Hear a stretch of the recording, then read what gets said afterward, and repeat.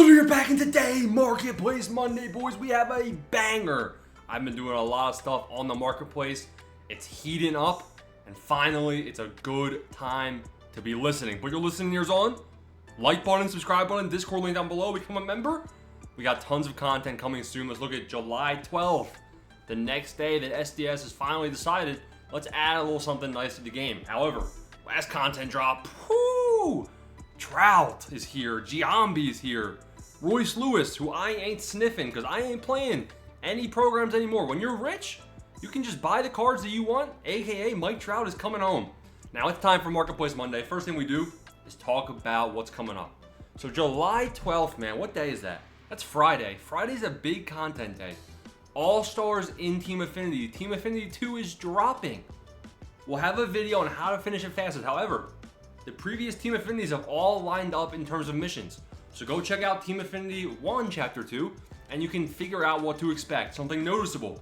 The exchanges. Take a look. It wasn't by position and neither was Part 1 or whatever, right? Chapter 1. So what does that mean? That means it could be back. Can you find breakout cards? I don't know. The market on breakout cards has actually done a lot of weird stuff as of recently. Now these guys are quick sell, but those are diamonds. You wouldn't really find some of the gold breakout series cards, and I think those guys are cooked. Where are they? All-Star? Maybe some of these guys? Yeah, look at that. These guys were great for the exchanges before. Now they're all cooked in price. They turned out to be really good investments if you held them, but you can see now, man, you got no chance in hell of doing that. So I would find a way to do exchange investing if you're interested in doing Team Affinity 2. There are stubs to be made. I think we see some prices go up on some of these guys as people try completing these exchanges. But at the same time, man, who is doing Team Affinity? I don't know. I mean, you got to be doing the collection. You got to be a true sweat. It's a lot easier to just have the stubs and not have to do it. What else is coming? We got an All-Star Week collection. Don't care. All-Star Game event. There's a really good event still making method. Events are fun to do, man. If you get the card first, you'll make some stubs. Season Awards drop 6. Who's been doing that? Not me. It's time to play, man. It's time to play the game. Look at my stub count. It's time to play. Road to World Series. And then, what was that, Sunday? July 14th, MLB Draft 24. I think there'll be some good content there. Now it's time to go to the marketplace. First things first, how is flipping looking? Because the margins are actually going to be pretty good if I had to take a gander. Let's take a look here. You want to do some lower series diamond players. Take a look at Joe Musgrove, man. If you buy Joe Musgrove right now for $28,726, wow. And then you could come in here and you can make about 5,000 stubs if you do this once, selling them for $37,294. Now, when you find a margin this good, look at the difference. You make 5,000 stubs in one flip. That's a little fishy. Next thing, you go to the app. Look at the completed section. Yeah, I mean, nobody is really buying or selling this card, to be honest. You know, about once every 10 minutes, someone's buying or selling this guy. So it's going to be a lot of competition. Going to be hard to sell him if you buy him. Going to be hard to buy him without getting outbid. So you want to find somebody that has good margins that can actually be flipped, frequently. Like this Kyle Seager, his margins aren't great. And that tells me that people are actually buying and using him. And yeah, about once every minute or two, somebody's buying this Seager. So what you could do is you're not going to make as much. You're not going to make 5K. You'll make 1,300 stubs, but you do that 10 times, that's 13K. So that's a quick little update on flipping for those of you that are noobs. Now, the most important thing of all, how are the roster update investing cards looking? All right, that's what everyone wants to know. So we're going to head to live series right now. First off, let's take a look at the live series cards prices. I mean, it is a good time to do the live series collection. I'm very anti-live series collection, extremely anti-live series collection, but I did it. I had no choice. The flash sale destroyed live series prices. There are high, the high live series cards, and I had no choice but for Babe Ruth to come home. Now, Babe Ruth, and this is why I hate live series. He's a bum. Now, granted, he was batting 0. Now he's batting 222. Maybe he's getting hot, but it hurts. Why is he batting 222?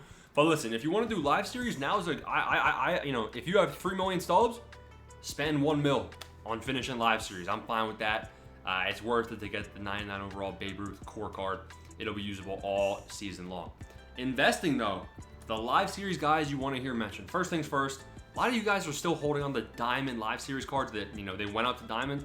Time to sell. Get rid of them. In terms of everybody else, now we have a formula that projects starting pitcher and relief pitcher overalls. So I know how a lot of these guys are trending. So do some of the members. Now, look at the prices. I mean, prices are as low as they've been, which is what we expected. What did I say last Market Monday? I said, let the clowns, the sharks, the whales come in and overpay on a lot of the favorites. While we sit back, we relax. It's a 4-week period. The update ain't even, it's a fielding update and everything. 4 weeks is a long time, man. Prices are settling down. Freddie Peralta, he cooked himself. That's why he's this cheap. George Kirby had a recent start. That's why he's a bit more expensive than usual, but we can look at his price. It's been going down over the last several days. Lindor's price, it's flatlining around $1,800. You might have to consider paying $1,800 to get some of these guys. Not a bad idea, considering tomorrow on Tuesday is a roster update video where I can single-handedly cook some of these prices. Christian Yelich being $2,600. He's been hitting some home runs as of recent, but 4 weeks is so long, man. If any of your players jump up to $2,600 like this, now is a good time to sell Yelich. You come in here, $2,583. You get 2.3K after tax. I guarantee you, unless he goes nuclear like Brandon Doyle's doing right now and hits 4 home runs in the next 3 days, he'll be back. Look at the margin. This is a good flip. I think you'll be able to buy Yelich for cheaper as we go on. Flaherty is a good looking buy. He's trending as Diamond. Monitor his next start. He's a little bit more expensive. Scherzer is a good one. This is what I'm saying. People are overreacting on some of these guys. Look at the price going down. Now he's quick sell, 0 risk. I like it. Logan Gilbert, same thing. Now both of these guys, 83 overall. You need him to go 85. So that'll be something we'll talk about tomorrow. Paul Skeens, this guy is cooked. It's time to sell. He's already priced as a Diamond. Just sell him, man. Just sell him. Joe Ryan, bit too expensive in my opinion.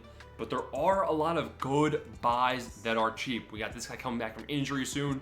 Connor Wong, he's a mid-tier player, but why not? Let's give it a shot. Who else is looking pretty solid in terms of prices? Let's keep going. We got Luis Robert Jr., man. Look at his price. Quick sell, and he's very high. Look at his stats the last 15 days. Terrible start to the year, but he's getting the batting average back up. Batting average was 190, now it's like 215. And he's still at quick sell. People are overlooking some of these guys. Bryce Terang. This is a guy right here where he's got to just hit for more power, and then he'll get a boost. He already has 6 home runs versus righties. Something like that. So we could see a slight power boost. 0 home runs versus lefties. 1 home run versus lefties could go such a long way right here. But he's still batting like 290, and he's still at quick sell. So I don't mind it. He's kind of like Brennan Doyle from a couple updates ago. There are people that are at good prices. Luke Weaver's a good one. Gurriel Jr., not my favorite. Ellie De La Cruz, monitor his price. Holy, he ain't batting 600 in real life. But monitor his price. You can see it's slowly going down the last couple of days. It was up around 950, I think, for the sell now. Brennan Doyle has been going nuclear. People are saying this could be Royce Lewis 2.0. Maybe. His home run numbers are very, very good as of right now. But can he keep it up? I don't know, man. And I think 900 is a bit of an overpay. 4 weeks is a very, very long time. Jeff Hoffman, nope, stay away from. Ryan Walker's a good one. A lot of the starting pitchers, Tanner Babi, my baby, he might just have to Babi the #1 investment of this video, man. Guys that are Kirby Yates is a good example, 430. A lot of these 80 overalls are being heavily, heavily, heavily overlooked. So take a look at those. We'll have a roster update video tomorrow.